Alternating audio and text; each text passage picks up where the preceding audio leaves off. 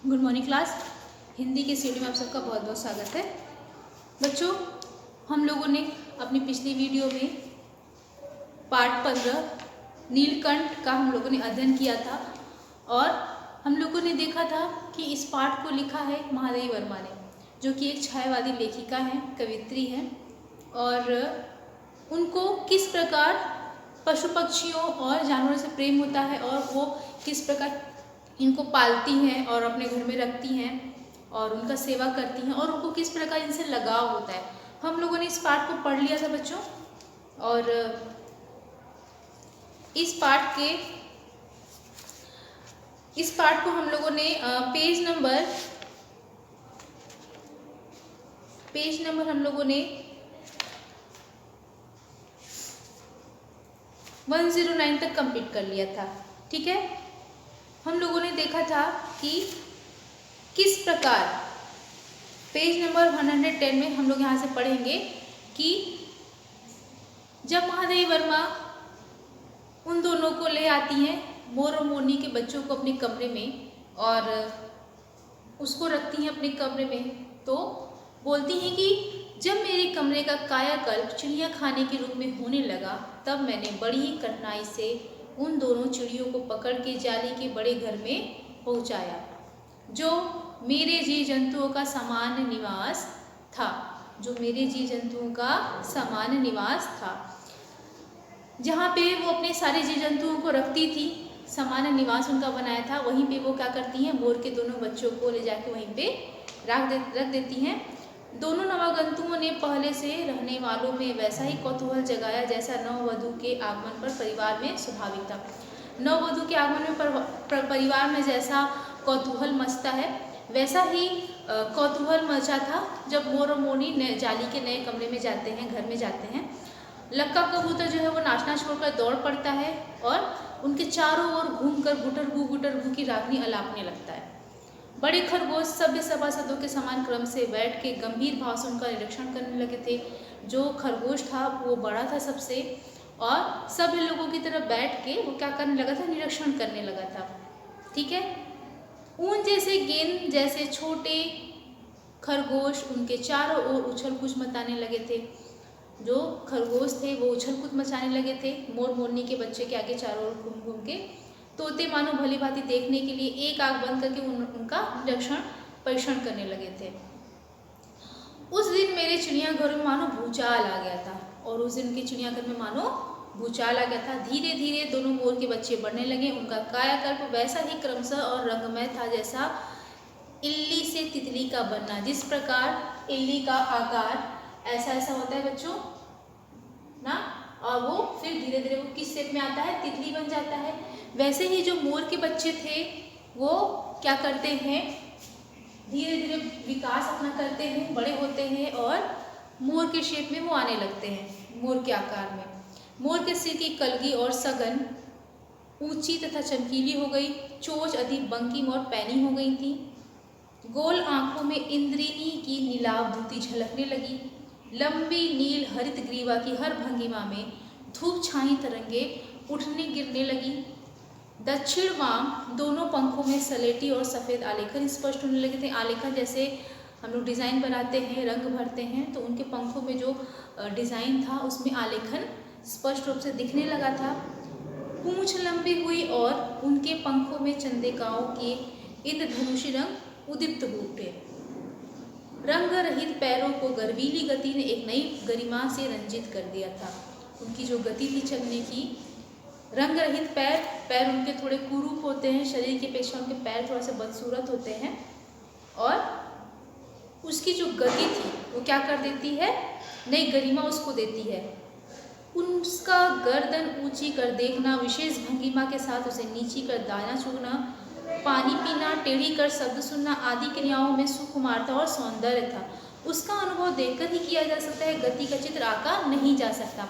गति का भी हम लोग चित्र नहीं बना सकते, क्योंकि वो जो भंगिमाएं करता था, गर्दन ऊंची करके दाने को चुगना था, तो क्या हम लोग उसकी चित्र खींच सकते हैं? नहीं, गति का चित्र आका नहीं जा सकता। मतलब उसको देखने का जो सुकून था उसको देख के ही प्राप्त किया जा सकता था, उसको लिखा या उसका चित्र नहीं आंका जा सकता। ठीक है। मोरनी का विकास मोर के समान चमत्कारिक तो नहीं हुआ, परंतु अपनी लंबी धूप छाई गर्दन, हवा में चंचल कलगी, पंखों की श्याम श्वेत पत्र लेखा, मंथर गति आदि से वह भी मोर की उपयुक्त सहचारणी होने का प्रमाण देने लगी। मोरनी का विकास वैसे तो नहीं होता मोर के समान, लेकिन उसकी भी कुछ विशेषताएं थी जो उसे मोर का सहचारणी बना रही थी, मतलब उसके साथ साथ चलने वाली। नीलाभ ग्रीवा के कारण मोर का नाम नीलकंठ रखा और उसकी छाया के समान रहने के कारण मोरनी का नामकरण हुआ राधा। नीलाभ ग्रीवा यानी ग्रीवा मतलब होता है गर्दन ना, नीली गर्दन, नीली आभा वाला गर्दन। नीलाभ मतलब होता है नीली आभा, नीलाभ, नीलाभ नीली आभा, आभा मतलब होता है हल्का या परछाई, वो हल्की परछाई यानी हल्की नीली। और ग्रीवा, ग्रीवा का मतलब होता है गर्दन, हल्की नीली गर्दन के कारण उसका नाम रखा गया नीलकंठ। ठीक है। मुझे स्वतः ज्ञात नहीं कि कब नीलकंठ अपने आप को चिड़ियाघर के निवासी जीव जंतुओं का सेनापति संरक्षण नियुक्त कर लिया। सवेरे ही वह सब खरगोश, कबूतर आदि की सेना एकत्र कर उस ओर ले जाता जहां दाना दिया जाता है और घूम घूम कर मानो सबकी रखवाली करता रहता। किसी ने कुछ गड़बड़ी की तो वह अपने तीखे चंचुल प्रहार से उसे दंड देने दौड़ता। खरगोश के छोटे बच्चों को वह चोंच से उसके कान पकड़कर उठा लेता और जब तक वो आर्त क्रंदन से न करने लगते उसे अधर में लटकाए रखता। अधर मतलब होता है बीच में, अधर, अधर मतलब होता है बीच में, आर्त क्रंदन, आर्त मतलब होता है तेज और क्रंदन, क्रंदन मतलब होता है रोना ना, तेज रोना, तेज चीखना या तेज रोना। आर्त क्रंदन मतलब होता है तेज रोना। ठीक है। लटकाया रहता। फिर वे कभी उसे क्रोधित होने का अवसर न देते। वो सबको खिलाता था ना, खरगोश के बच्चों को खिलाता था, लेकिन कोई उसकी इस हरकतों से परेशान नहीं होता था। उसे नीलकंठ को कोई भी जीव जंतु क्रोधित नहीं होने देते थे। प्राय वो मिट्टी में पंख फैलाकर बैठ जाता। वे सब उसकी लंबी पूंछ और सघन पंखों में छुआ छुआल खेलते थे। सभी लोग उसके आसपास खेलते थे। ऐसा ही किसी स्थिति में एक सांप जाली के भीतर पहुंच गया। सब जीव जंतु भागकर इधर उधर छिप गए। केवल एक शिशु खरगोश सांप की पकड़ में आ गया।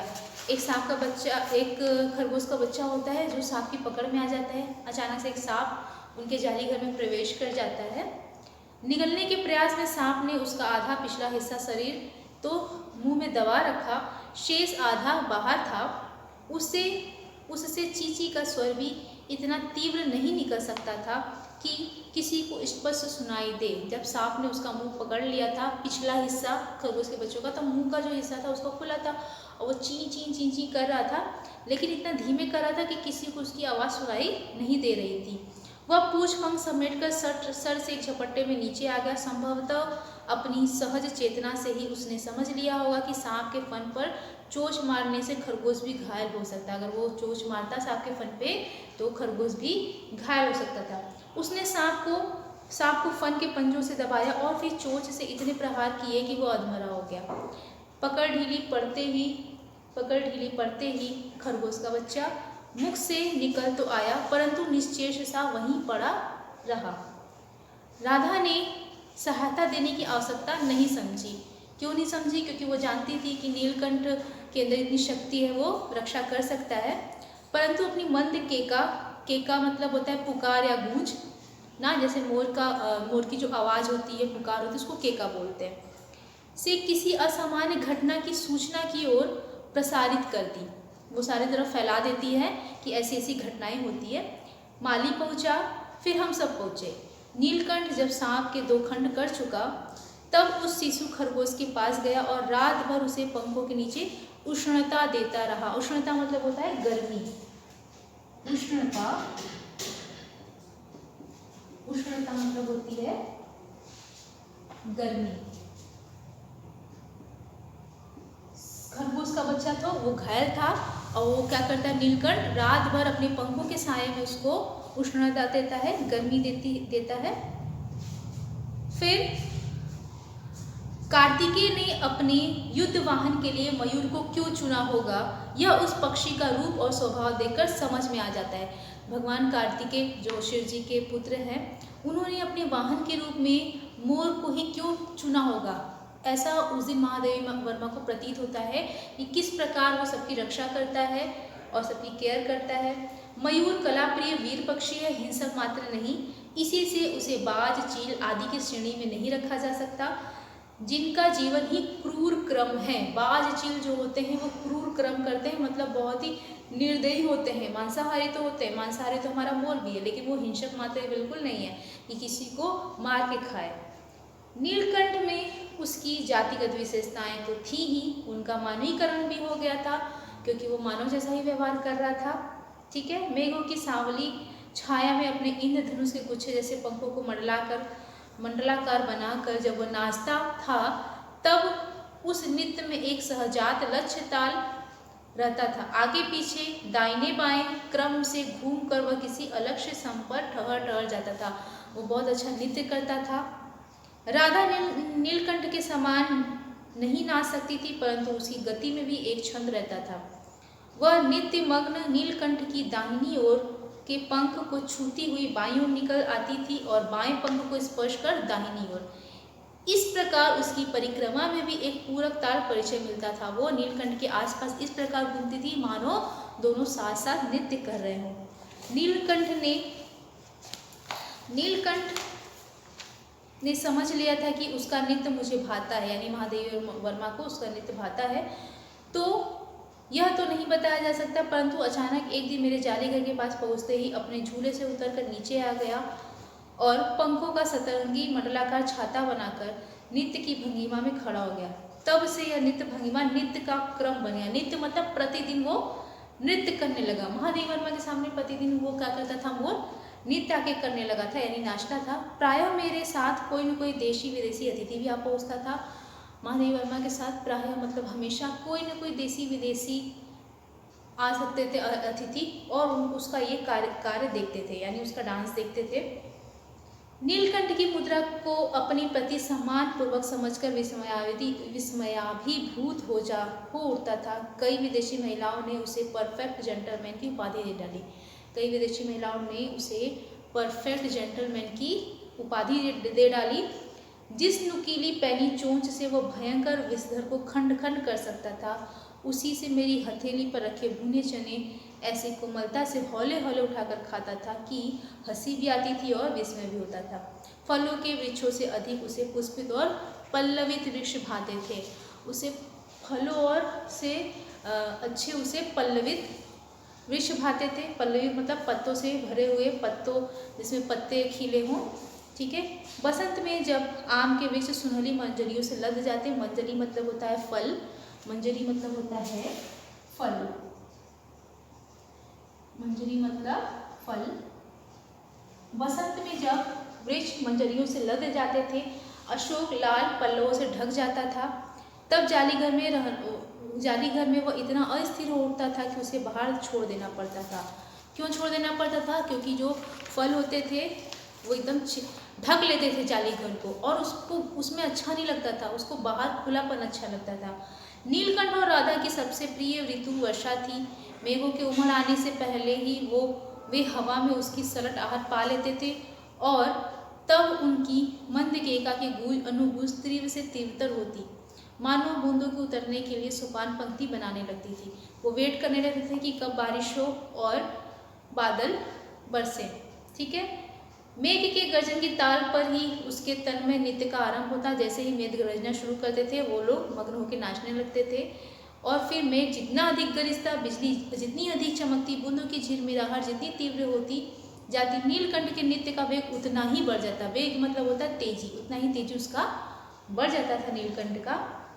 उसकी केका का स्वर उतना ही मद्र से मद्रतर होता जाता। वर्षा के थम जाने पर वह दाहिने पंजे पर दाहिना पंख और बाएं पर बायां पंख फैलाकर सुखाता। कभी कभी वे दोनों एक दूसरे के पंखों से टपकने वाली बूंदों को चोंच से पी पी कर पंखों का गीलापन दूर करते रहते। इस आनंद उत्सव की रागनी में बेमेल स्वर कैसे बज उठा, यह भी एक करुण कथा है। जब इतना सब कुछ खुशहाल, इतना सब कुछ अच्छा चल रहा है, तो उस बीच कैसे बेमेल एक रागनी बजाती है, मतलब ऐसी क्या घटना घटती है जो बेमेल होती है, उन लोगों के अनुसार नहीं होती है। ये भी एक करुण कथा है। वो लिखती हैं आगे, एक दिन मुझे किसी कार से नखास खोने से निकलना पड़ा। नखास खोना वही जगह है जहाँ से उन्होंने मोर के दोनों पक्षियों को ले आया था। और बड़ी मियाँ ने पहले के समान कार रोक लिया। इस बार किसी पिंजरे की ओर नहीं देखूंगी, यह संकल्प करके मैंने बड़े मियाँ की विरल दाढ़ी और सफ़ेद डोरे के कान में बंधी ऐनक को ही अपने ध्यान का केंद्र बनाया। वो सोचती हैं कि इस बार मैं किसी पक्षी की ओर नहीं देखूंगी, नहीं तो मुझे खरीदने का मन कर देगा। और वो बड़ी मियाँ की दाढ़ी और उनके ऐनक को ही अपने ध्यान का केंद्र बनाते हैं और वहीं देखती हैं ध्यान से। ठीक है। बड़े मियाँ की भाषण में फिर से दौड़ने लगी। देखिए गुरुजी, कम बखत चिड़ी माँ ने बेचारी का क्या हाल किया है। ऐसे कभी चिड़ियाँ पकड़ी जाती हैं। ठीक है। वो देखती हैं कि बड़ी मियाँ के बगल में पैरों के पास एक मोरनी पड़ी है जिसके पैर एकदम टूटे हुए हैं। और बड़ी मियाँ कहती हैं कि देखिए गुरुजी, चिड़ी माँ ने क्या हल कर रखा है। ऐसे भी कभी चिड़ियाँ पकड़ी जाती हैं। आप ना आई होती तो मैं इसे उसी के ही सिर पटक देता, और आपसे भी यह मरी मोरनी ले जाने के लिए कैसे कहूँ। सारांश यह है कि 7 रुपये देकर मैं उसे अगली सीट पर रखवा लाई। घर ले आती हैं वो उस घायल मोरनी को। एक बार वो मेरे पढ़ने लिखने का कमरा अस्पताल बना। एक बार फिर से उनके जो पढ़ने लिखने का कमरा होता है वो अस्पताल जैसा बन जाता है, क्योंकि वो देखभाल करती हैं वो उस मोरनी की। उंगलियां वैसी टेढ़ी मेढ़ी नहीं, परंतु ठूंठ जैसे पंचों पर डगमगाती हुई चलने लगी थी। वो मोरनी क्या लगी थी, चलने लगी थी। अब धीरे धीरे उंगलियां वैसे ही टूटी फूटी लग रही थी, लेकिन वो धीरे धीरे ठीक होती है और चलने लगती है। तब उसे जाली घर में पहुंचाया गया और नाम रखा गया कुब्जा। उसका नाम रखा गया था कुब्जा। अद्भुत नाम के अनुरूप स्वभाव से ही कुब्जा प्रमाणित हुई। अब तक नीलकंठ और राधा साथ थे, अब कुब्जा उसे साथ देखते ही मारने दौड़ती। कुब्जा जो थी वो राधा और नीलकंठ को साथ नहीं देखती थी, मारने के लिए दौड़ती थी। चोट से मार मार कर राधा की कलगी नोच डाली, पंख नोच डाले। कठिनाई यह है कि नीलकंठ उससे दूर भागता था। वह उसके साथ रहना चाहती। न किसी जीव जंतु से उसकी मित्रता थी, न वह नीलकंठ के समीप आने देती थी। उसी बीच राधा ने 2 अंडे दी जिसको वह पंख में छिपाए बैठी थी। पता चलते ही कुब्जा ने चोंच मार मार के राधा के अंडे तोड़ डाले और पैरों से छितर बितर कर दिए। उसका स्वभाव इतना दुष्ट था कि वो नीलकंठ के साथ रहना चाहती थी और राधा को और अन्य जीव जंतुओं को किसी को भी नीलकंठ के पास नहीं आने देती थी। उसने राधा की कलगी नोच डाली। कलगी जो मोर के सिर के ऊपर लगा होता है उसको कलगी बोलते हैं। राधा की कलगी तोड़ डाली, उसके अंडे तोड़ डाले और उसके पंख भी नोच दिए थे। इस कोलाहल से और भी अधिक राधा की दूरी से बेचारे नीलकंठ की प्रसन्नता समाप्त हो गई। जहाँ नीलकंठ बहुत खुश होता था वो क्या था, अब दुखी दुखी रहने लगा था। कई बार वह जाली घर से निकल भागा था। एक दिन कई दिन भूखा प्यासा आम की शाखाओं में छिपा बैठा रहा, जहाँ से मुझे पुचकार कर उतारना। मैंने उसे उतारा। एक बार मेरी खिड़की के शेड पे छिपा था। अब वो बहुत उदास रहने लगा था और महादेवी वर्मा क्या करती है, उसको पुचकारती हैं, समझाती हैं, लेकिन वो बहुत उदास रहने लगा था। मेरे दाना देने जाने पर वह सदा की भांति पंखों को मटलाकर खड़ा हो जाता था, पर उसकी चाल में थकावट और आंखों में शून्यता रहती थी। अपनी अनुभवहीनता के कारण मैं आशा करती रही कि थोड़े दिन बाद सब में मेल हो जाए। वो उम्मीद करती थी कि सारे जीव जंतुओं में क्या हो जाए, मेल हो जाए। अंत में 3-4 मास उपरांत, यानी 3-4 मास के बाद, यानी महीने के बाद, एक दिन सवेरे जाकर देखा कि नीलकंठ पूंछ फैलाए धरती पर उसी प्रकार बैठा है जैसे खरगोश के बच्चों को छिपाकर बैठा था।